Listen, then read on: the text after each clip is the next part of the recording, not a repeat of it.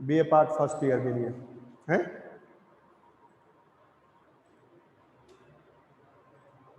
BA part first year के लिए मैंने 3 सेक्शन में से 2 सेक्शन करा दिए थे। रिकॉर्डिंग हो रही है। 2 सेक्शन करा दिए थे, जिसमें तीसरा सेक्शन है वो बाकी रह गया है।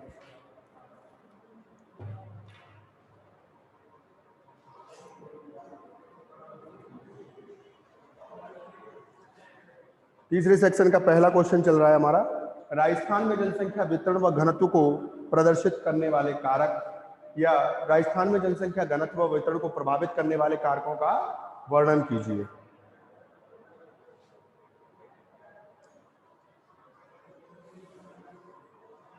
वर्णन कीजिए।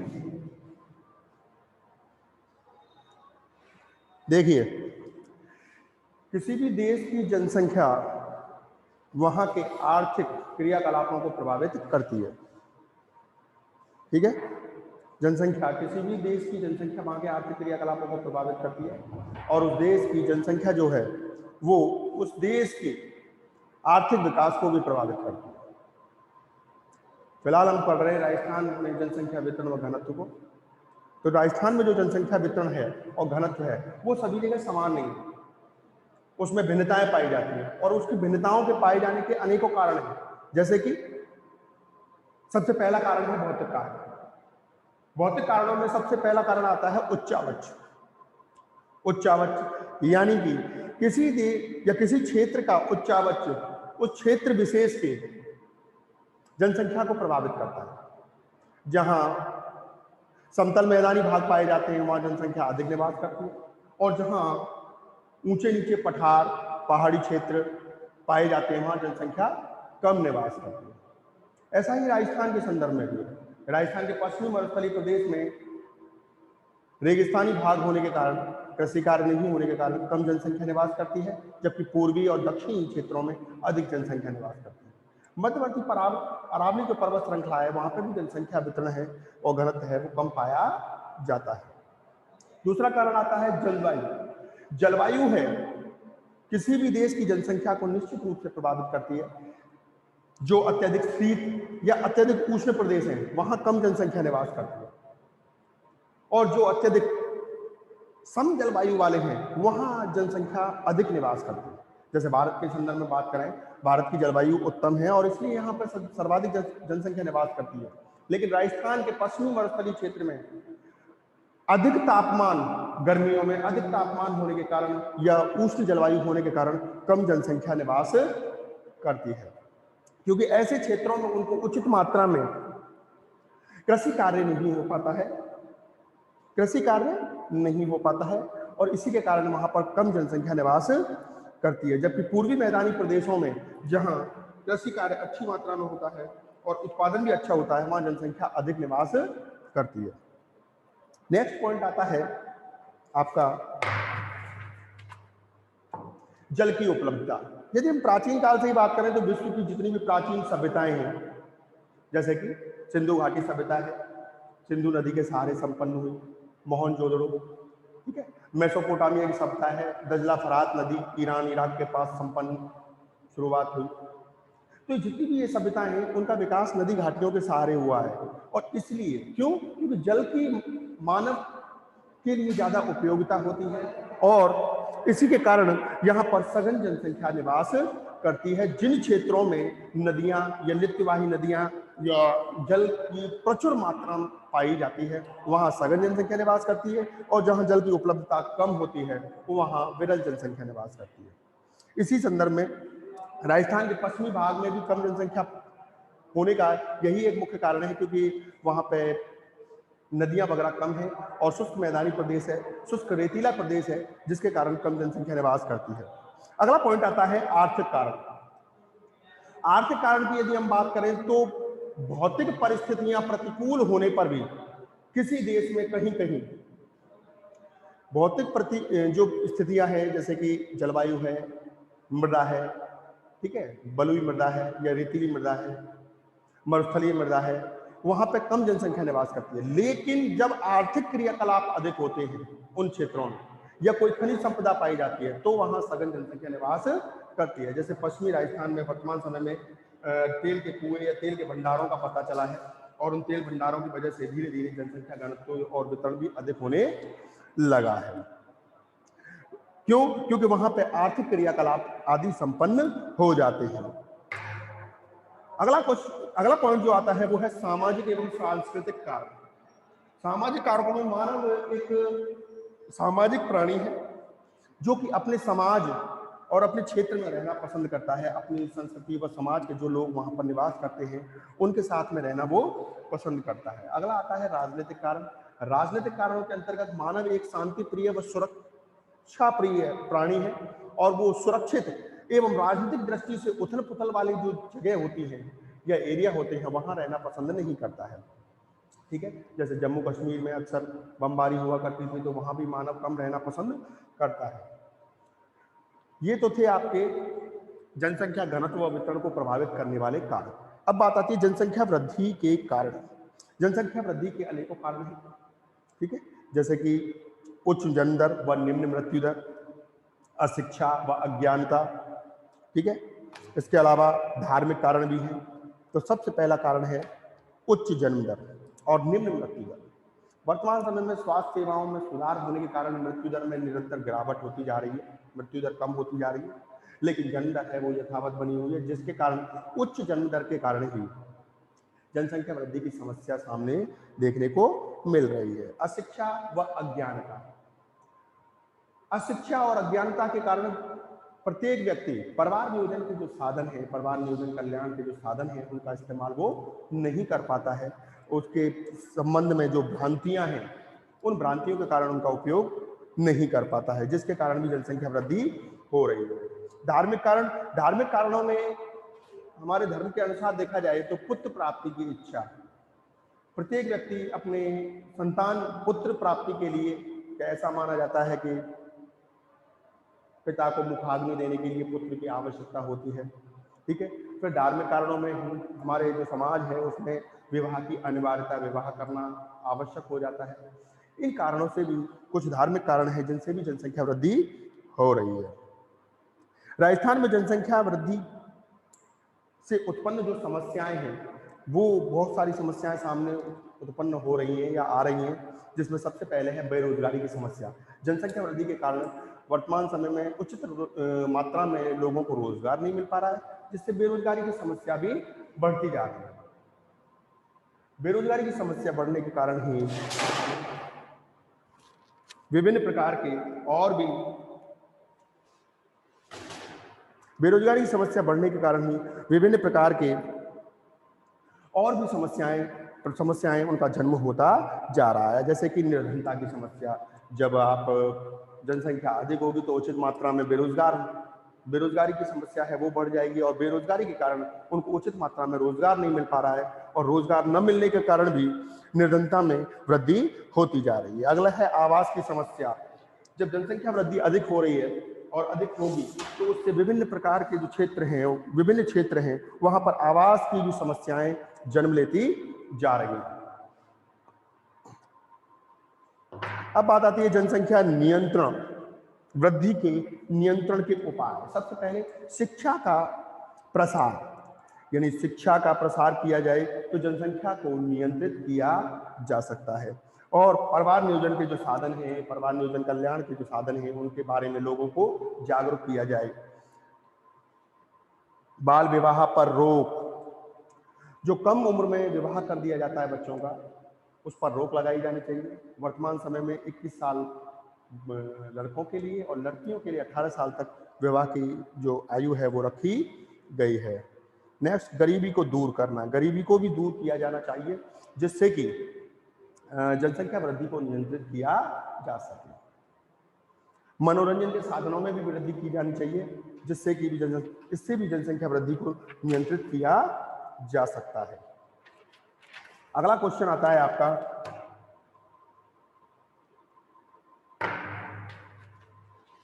अगला जो क्वेश्चन है वो आता है आपका भील जनजाति।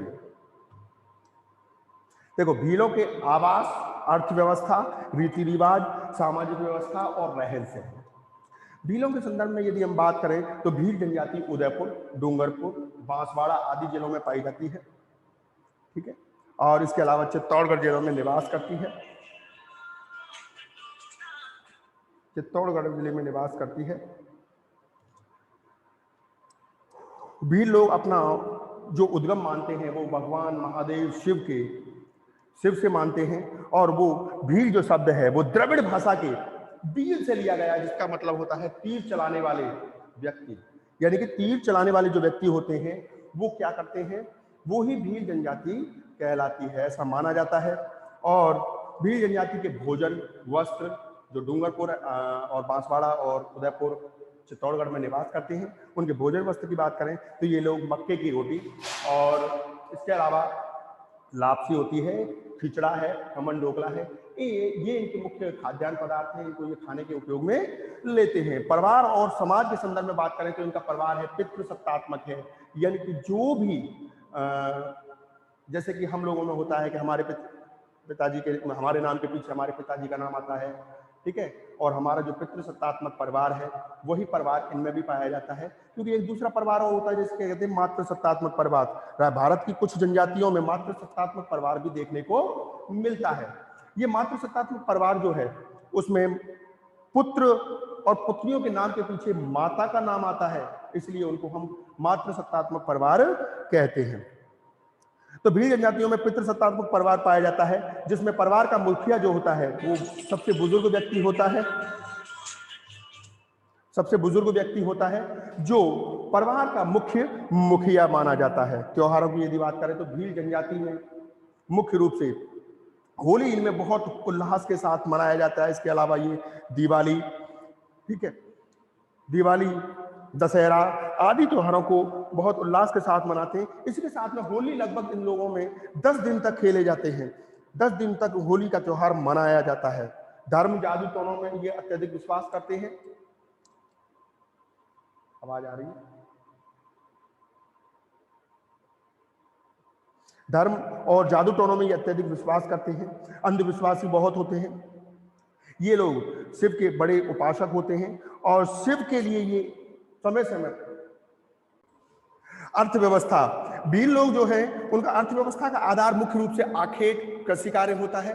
और आखेट में ये जंगलों से कंदमूल, फल है और विभिन्न प्रकार की जड़ी बूटियां हैं, कोयला है, विभिन्न प्रकार की वस्तुओं को ये लोग बनाते हैं। और आखेट में मुख्य रूप से ये वनों से प्राप्त जो शिकार हैं वो कार्य करते हैं। कृषि कार्यों में ये मक्का, गेहूं, चना, चावल, कपास, तिल आदि का उत्पादन करते हैं। और पहाड़ी ढालों पर ये वनों में आखेट करते हैं और जड़ी बूटियां और विभिन्न प्रकार की लकड़ी, शहद, गोंद, कत्थे का ये लोग उत्पादन करते हैं और उसके द्वारा अपना जीवन यापन करते हैं। कुछ जो भील मजदूर हैं वो मजदूरी का कार्य भी करते हैं। सामाजिक संगठन की बात करें तो इनमें मात्र पितृसत्तात्मक परिवार पाया जाता है। भीलों में एक गांव का एक मुखिया होता है जिसे गमेती कहा जाता है, और वो गांव के सभी झगड़ों, लड़ाई, आपसी विवादों का निपटारा करता है। गमेती ही इनका मुख्य मुखिया होता है। भीलों में पूजा स्थलों में एक भीलों का भोपा होता है जिसको देवी देवताओं की जो पूजा करता है, झाड़ फूक का कार्य करता है, उसे भोपा कहा जाता है। विवाह के संदर्भ में बात करें तो भीलों में विवाह जो है वो गोत्र से बाहर होता है। जिस प्रकार से हम लोगों में होता है गोत्र से बाहर, उसी प्रकार से भील जनजाति के जो लोग हैं उनमें विवाह भी गोत्र से बाहर होता है। इनमें एक पाल होता है। एक पाल में विवाह मुख्य रूप से नहीं होता। पाल का मतलब है एक विशेष गांव। एक गांव में विवाह ये लोग आपस में नहीं करते हैं। विवाह के लिए पंडित या और किसी व्यक्ति की कोई खास आवश्यकता पंडित वगैरह की नहीं होती है, ब्राह्मण वगैरह की। दोनों ही पक्ष के जो वर वधु पक्ष के जो हैं दोनों ही व्यक्ति हैं वो आपस में उन दोनों का हाथ देकर एक दूसरे के साथ उनका विवाह करवा देते हैं। इनमें कुछ मात्रा में देवर विवाह, ठीक है, सेवा विवाह, क्रय विक्रय विवाह आदि विवाहों का भी प्रचलन पाया जाता है। तो ये था आपका भील जनजाति। अगला आता है मीणा एवं गरासिया। मीणा एवं गरासिया। मीणा जो जनजाति है वो राजस्थान की बहुत प्रमुख जनजाति है और मीणा जो लोग हैं सर्वाधिक मात्रा में जयपुर में निवास करते हैं। मीणा लोगों का जो सर्वाधिक जनसंख्या मीणा लोगों की जो पाई जाती है वो जयपुर में पाई जाती है।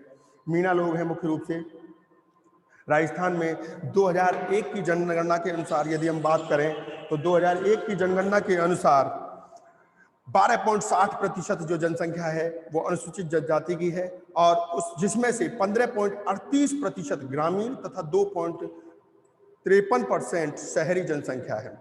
राजस्थान में मीणा जनजाति प्रमुख व प्रभावशाली जनजाति है और इसे भगवान मीन के अवतार के रूप में भी माना जाता है। इनके निवास क्षेत्र की बात करें तो करौली, सवाई माधोपुर, भरतपुर, दौसा, जयपुर, अलवर, उदयपुर, टोंक, चित्तौड़गढ़ आदि जिलों में ये निवास करते हैं। मीणा जो लोग हैं, मीणा लोगों के उनके गोत्र हैं जैसे कि चौहान, बड़गोती, गोठवाल, चीता, बुढ़ार, परमारों में ताजी, परिहार, तवर, राठौड़, चंद्रेल व गहलोत आदि इनके क्या हैं, प्रमुख गोत्र हैं, समूह। मीणा जनजाति हैं वो लगभग मुख्य रूप से दो प्रकार की होती है, एक होते हैं जमींदार और एक होते हैं चौकीदार। जमींदार जो मीणा होते हैं वो खेतीबाड़ी का काम करते हैं और चौकीदार जो मीणा होते हैं वो चौकीदारी का काम करते हैं। भोजन एवं वस्त्र के बारे की बात करें तो ये मक्का, ज्वार, गेहूं, जौ की रोटी तथा छाछ, दूध, दही और इनके बाजरे का खिचड़ा जो है, राबड़ी है आदि का उपयोग करते हैं। मीणा लोगों के वस्त्र साधारण होते हैं, सिर पर ये स्वाफा, पगड़ी और नीचे धोती पहनते हैं घुटनों तक। जूतियों का इन लोगों में सर्वाधिक मात्रा में प्रचलन देखने को मिलता है। संपन्न जो परिवार होते हैं वहाँ के लोग जो होते हैं संपन्न परिवारों के अपने पैरों में चांदी के कड़े भी पहनते हैं। स्त्रियां चांदी के आभूषण जिनमें कठिया, करधनी तथा बाजूबंद आदि का इस्तेमाल करती हैं। परिवार एवं विवाह। मीणा लोगों में संयुक्त परिवार तथा एकांकी परिवार यानी कि ये दोनों परिवार पाए जाते हैं। संयुक्त परिवार यानी कि जब किसी परिवार के दादा, दादी, चाचा, चाची, ताऊ, ताई वगैरह यानी कि जो भी जितने भी फैमिली मेंबर हैं वो सारे एक साथ में निवास करते हैं, उनको हम संयुक्त परिवार कहते हैं। और एकांकी परिवार में एक दंपति और उनकी संतान को ही शामिल किया जाता है, यानी पति पत्नी और उनके बच्चों को, इसको कहते हैं हम एकांकी परिवार। तो इनमें दोनों ही परिवार प्रथाएं देखने को मिलती हैं। परिवार का सबसे जो बुजुर्ग व्यक्ति होता है वो परिवार का मुखिया होता है और इन लोगों में पितृसत्तात्मक परिवार ही देखने को मिलता है। मीणा लोग हैं अपने विवाह जो है अपने गोत्र को छोड़कर इनमें विवाह किया जाता है। इनमें सगाई, विवाह, गौना सभी रस्में जो हैं हिंदुओं की तरह हम लोगों सामान्य तौर पर वही होती हैं, जिनमें विवाह पुनर्विवाह भी किया जाता है। नाता की जो दुल्हन होती है, नाता की दुल्हन अधिक विश्वसनीय नहीं मानी जाती है। इसमें एक कहावत है जिसमें यह कहावत भी प्रचलित है कि नहीं कर ली निहाल लोगाई नाता की। विधवा को देवर की चूड़ियां भी पहना दिया जाता है, अर्थात देवर भाभी विवाह है वो भी कर दिया जाता है। बड़े भाई की मृत्यु हो जाने पर इन लोगों में पत्नी की मृत्यु हो जाने पर जीजा साली विवाह भी कर दिया जाता है, यानी जीजा साली विवाह और देवर भाभी विवाह भी इनमें प्रचलित हैं। धार्मिक उत्सव एवं सामाजिक समारोहों की यदि हम बात करें तो मीणा लोगों में ये लोग जो होते हैं शक्ति के बहुत उपासक होते हैं, यानी कि शक्ति की ये बहुत अच्छी मात्रा में पूजा करते हैं, अच्छी पूजा करते हैं। इनकी इष्ट देवी जो है जीवन माता है, करौली क्षेत्र में कैला देवी है, जयपुर में शीतला माता और सवाई माधोपुर में चौथ माता जो है वो इनकी इष्ट देवियां हैं। मीणा लोग हैं तीज, गणगौर, शीतला माता तथा कैला देवी मेले में अधिक संख्या में भाग लेते हैं और कैला देवी मेले में रात भर यहाँ पर लांगुरिया गीत जो है वो गाए जाते हैं। इसके अलावा इनमें होली, दशहरा आदि पर ये लोग पकवान वगैरह बनाकर इन त्योहारों को बहुत ही उल्लास के साथ मनाते हैं। अब मीणा लोगों की अर्थव्यवस्था की यदि हम बात करें तो ये मुख्य रूप से दो प्रकार के होते हैं। जमींदार जो मीणा है वो कृषि बाड़ी या खेती बाड़ी वगैरह का काम करते हैं जिसको हम कहते हैं जमींदार मीणा, और कुछ चौकीदार मीणा होते हैं जो चौकीदारी का काम करते हैं। इसके अलावा ये काश्तकार, ईमानदार और ये जो सुदृढ़ मीणा है वो दुर्ग और महलों में पहरेदारी का काम करते थे। तथा इसके अलावा ये खरीफ में ज्वार, बाजरा, मक्का, मूंगफली, कपास, अरहर, उड़द वगैरह, रबी में सरसों, चना, सब्जी एवं आदि चीज़ों का इस्तेमाल करते हैं। वर्तमान समय में जो ये मीणा लोग हैं वो सरकारी नौकरियों में काफ़ी अग्रसर हैं, आगे जा चुके हैं। तो ये थे मीणा जनजाति, जो राजस्थान की पहली बड़ी सबसे बड़ी जनजाति है, जो सर्वाधिक मात्रा में उदयपुर में निवास करती है, जयपुर में निवास करती है। जयपुर जो है जिला, वो मीणा जनसंख्या का सर्वाधिक जनसंख्या वाला जिला माना जाता है। नेक्स्ट अगला प्रश्न जो है, अगला इसी का गरासिया जनजाति। गरासिया जनजाति है वो भी राजस्थान की तीसरी प्रमुख बड़ी जनजाति है, जो जिसका लगभग 56.63 भाग जो है प्रतिशत भाग उदयपुर में पाया जाता है। उदयपुर में और राजसमंद जिलों में निवास करते हैं। इसके अलावा ये झालावाड़, कोटा, सिरोही जिलों में भी गरासिया लोग अधिक निवास करते हैं। गरासिया को दो भागों में बांटा जाता है, राजपूत गरासिया और भील गरासिया।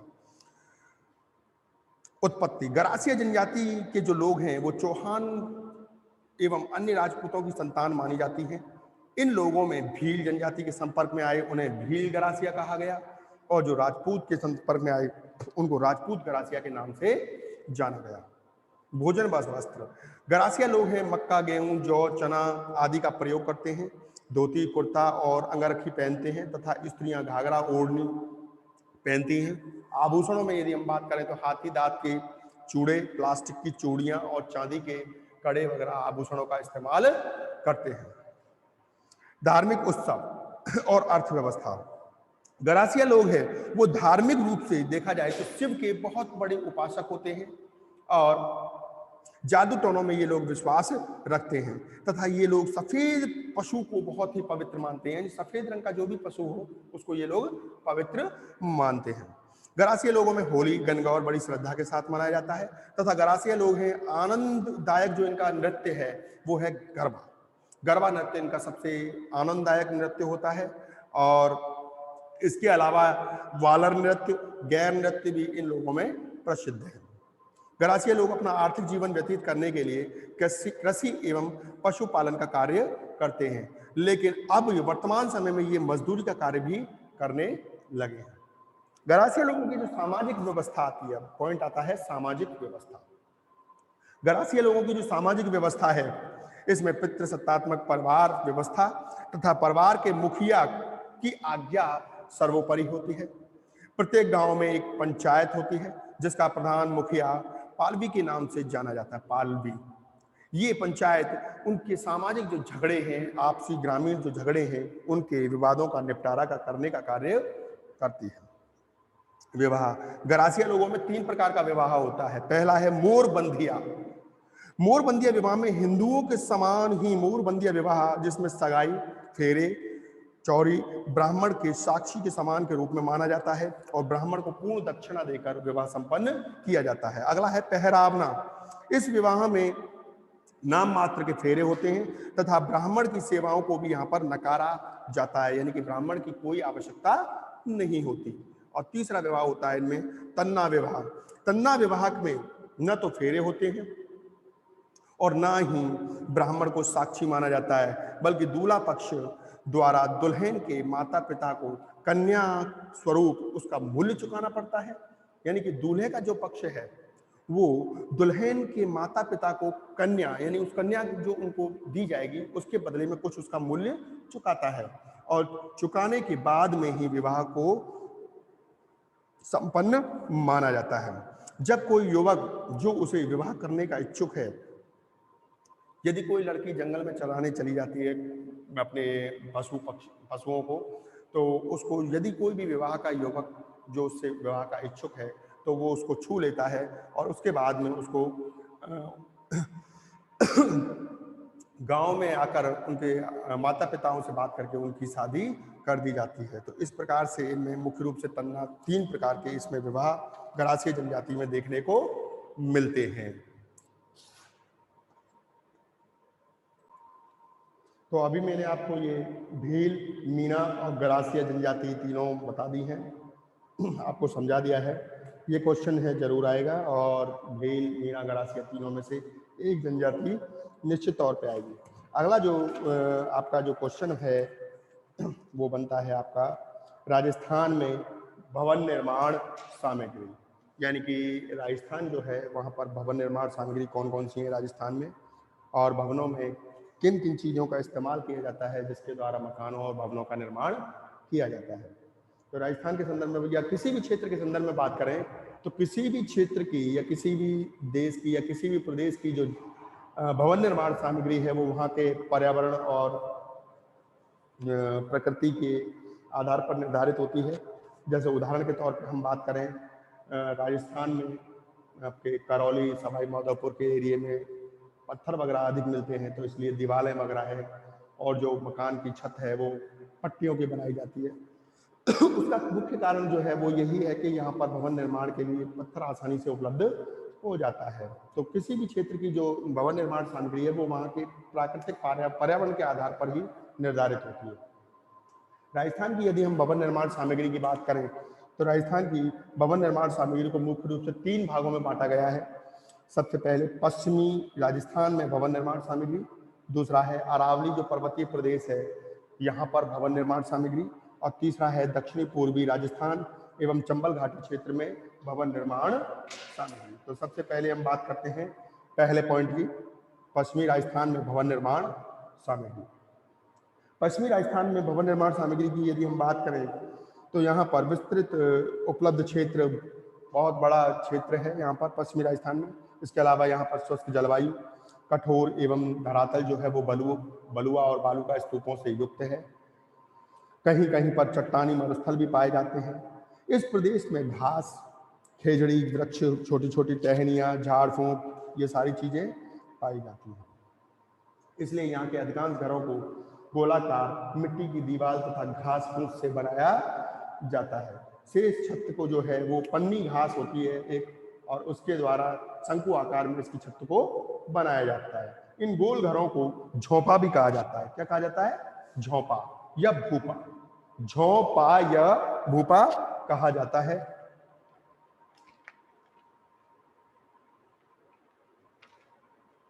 झोंपा या झुगूपा कहा जाता है। चट्टानी मरुस्थलों में उपलब्ध बलुई पत्थर जो हैं वो यहाँ पर अच्छी मात्रा में प्राप्त होता है और इसके कारण इनका मकान या भवन निर्माण में इसका उपयोग किया जाता है। पाटौल भी बनाई जाती है यहाँ पर। जैसलमेर, जोधपुर में सफ़ेद बलुआ पत्थर की पाटौल आप सब जानते भी होंगे, आपने देखा भी होगा। यहाँ पाटौल जिसमें बोलते हैं, पत्थर की पाटौल बनाई जाती है। बीकानेर में लाल पत्थर का इस्तेमाल किया जाता है भवन निर्माण के लिए।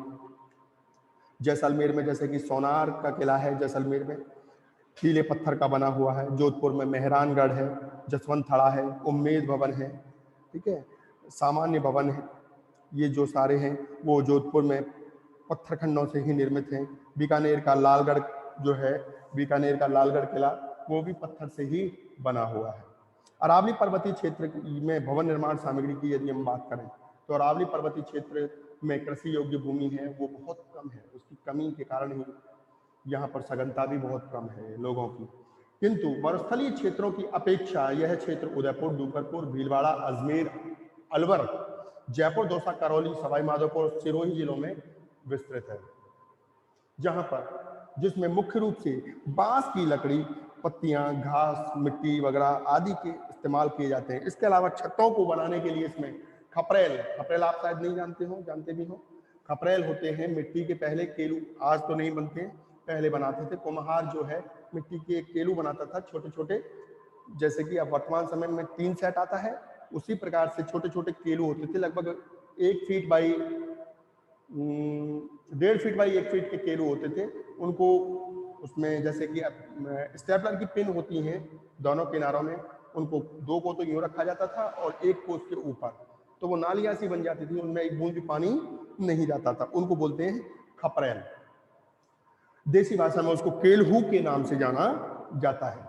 कहीं कहीं पर मकानों का निर्माण है वो बलुई पत्थर, मिट्टी आदि द्वारा भी किया जाता है।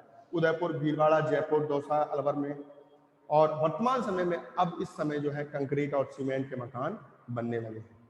अब दक्षिणी पूर्वी राजस्थान के संदर्भ में यदि हम बात करें तो दक्षिणी पूर्वी राजस्थान में सामान्यतः बारां, झालावाड़, कोटा, बूंदी, सवाई माधोपुर, करौली जिलों को सम्मिलित किया जाता है। यह संपूर्ण क्षेत्र पहाड़ी एवं पठारी है और यहाँ मुख्य रूप से विंध्यन कगार पर करौली, हिंडौन, सवाई माधोपुर, भरतपुर, धौलपुर जिले में बलि पत्थर की विशाल क्षेत्र यहाँ पर देखने को मिलते हैं और इसलिए हजारों खाने यहाँ पर पाई जाती हैं। और यहाँ पर गांव में कच्चे मकान तथा शहरों में पक्के कंक्रीट और सीमेंट के मकान बनाए जाते हैं। अब बात करते हैं ग्रामीण बस्तियों के प्रकार। इसी में है अगला पॉइंट है, ग्रामीण बस्तियां के प्रकार कितने प्रकार की होती हैं और बस्तियां जो है उनके प्रकार कौन कौन से। सबसे पहले है प्रकीर्ण। प्रकीर्ण का या एकांकी। एकांकी का मतलब है कि जब कोई मकान अपने खेतों पर दूर दूर, काफी दूर दूर एक एक दो दो घर बनाए जाते हैं, उनको हम एकांकी या प्रकीर्ण बस्तियों के नाम से जानते हैं। अगला आता है सघन बस्तियां। इस प्रकार की जो बस्तियां हैं पूर्वी राजस्थान में देखने को मिलती हैं, जिनमें मकान बहुत पास पास और सटे हुए होते हैं, इनको हम कहते हैं सघन बस्तियां। अगली आती है संयुक्त बस्तियां। संयुक्त का मतलब है कि जब बहुत सारे मकान हैं वो गुच्छे के रूप में और एक मुख्य बस्ती के रूप में संलग्न होते हैं, जैसे कि मजदूरों के, कृषकों के या सेवकों की जो बस्तियां होती हैं उनको हम इसके अंतर्गत संयुक्त बस्तियों के अंतर्गत सम्मिलित करते हैं। अगला आता है बिखरी हुई। इस प्रकार की जो बस्तियां हैं वो ऊंचे नीचे ढलुआ भूभागों पर देखने को मिलती हैं, जो बाढ़ग्रस्त होते हैं उन क्षेत्रों में देखने को मिलती हैं। लगभग देखा जाए तो वास्तविक रूप में ये जो रूप है बिखरी हुई बस्तियां एकांकी या प्रकीर्ण बस्तियों का ही एक प्रकार होते हैं। तो ये समय मैंने आपको ये 2 क्वेश्चन करा दिए हैं और ये दोनों ही अपने बहुत ही महत्वपूर्ण क्वेश्चन है सेक्शन सी में। एक तो भील, मीणा, गरासी जनजाति और दूसरा राजस्थान में भवन निर्माण सामग्री। और एक तीसरा क्वेश्चन और करा दिया है जो आपके लिए बहुत उपयोगी है और वो है राजस्थान में जनसंख्या घनत्व व वितरण को प्रभावित करने वाले कारक तथा जनसंख्या वृद्धि के कारण प्रभाव और नियंत्रण के उपाय।